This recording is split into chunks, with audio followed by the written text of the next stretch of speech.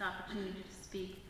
I'm Joan Posner. I'm a family court judge, and I'm also an acting Supreme Court justice. And so in addition to my duties as a family court judge, which is full-time, I am also preside over the Integrated Domestic Violence Court. In that court, I handle both the family court cases and the criminal cases. So I'm in the unique position of seeing how these different types of cases are handled by counsel. And the differences in the needs of the litigants in the different types of cases, family versus criminal. And as everybody has referred to, Chairman Rollison appointed Judge Rosenblatt to head a committee to evaluate the public defender's proposal. I was also a member of that committee.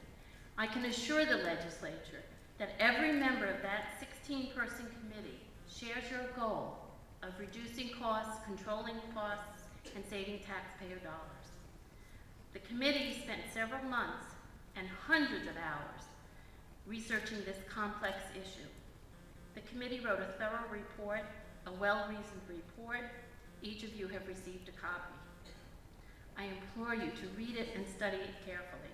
15 esteemed citizens, including 2 sitting judges, 2 retired judges, the county controller, the executive director of the Bar Association, practicing lawyers, and others familiar with the workings of the family court system, rejected the proposal of the public defender after careful study.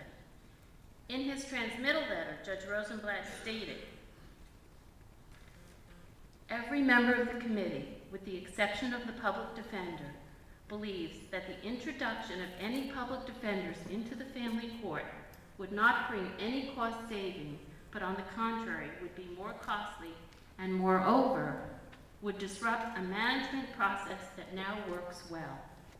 He further noted in his transmittal letter that the objections are entirely systemic and come from everyone on the ground, so to speak. They know the workings of the court and the possibilities for savings better than anyone. The reasons for the committee's conclusions are summarized in the report, but I believe they bear repeating out loud. 1, the public defender's plan is not feasible. 2, critical details of the plan, such as expansion costs and construction, were not presented. The public defender's plan is premised on figures, information, and assumptions that are neither accurate nor reliable, as has been already stated by other speakers. The public defender's office has little or no experience as to the operation and requirements of family court. Implementation of the proposed plan may indeed result in increased costs to the county. Further, cost-saving measures recently implemented in family court have significantly reduced 18B expenses. The county controller opposes the proposal, the person charged with reviewing the finances of the county, and he concluded that it would not save the county any money.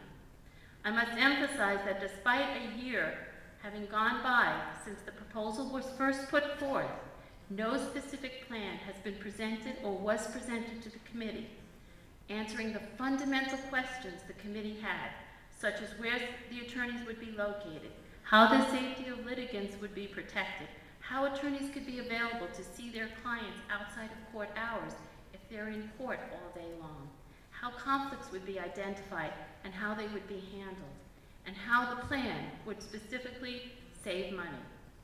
Now, at the 11th hour, when the original plan was soundly rejected by the committee, which was constituted by the legislature to study it, a new experimental plan is being put forth.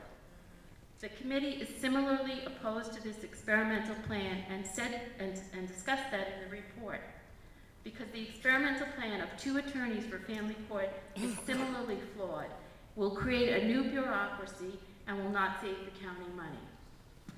As I read the budget proposal, and again, no specifics, no explanation has been provided to us, the plan is to hire 2 lawyers at salaries of about $35,000 and $45,000. This is totally unrealistic. New lawyers out of law school start at private firms and probably at the public defender's office in the DA at $55,000. I went online to look, sorry, just one more minute. I went online to look at the salaries of public defenders who make it a career. Their salaries range from $70,000 to $121,000 plus benefits. Why would family court attorneys out of that same office be paid such a minimal amount? If the plan is approved, the county will be creating these new salaried positions with all the associated costs. These costs will rise every year, whereas the 18B costs are fixed at $75 an hour. The 18B attorneys pay their own overhead, malpractice insurance, and other costs associated with running the office. What is particularly disturbing is this plan is being touted as an experiment. Family court is too important a place to experiment with victims' lives. That's where somebody comes for protection from domestic violence, where a parent faces the possibility of losing their child. And how is it going to be decided whether the experiment is successful and working? What criteria will be used to assess it? How can it provide a fair and accurate assessment of the original plan? And if it's decided the plan's not working, what happens then? You fire the lawyers, close the office? What happens to the cases? Last year, the legislature recognized the need for guidance on this complex issue. Your Honor. You appointed a committee, one sentence, to study it. Okay. I just urge you to listen to the committee that you appointed, who spent so much time studying this. Thank you. Also, I have one other thing. We have a complete set of all the papers. We'd like to make this part of the official record. Can I hand it to someone? Sure. Thank you.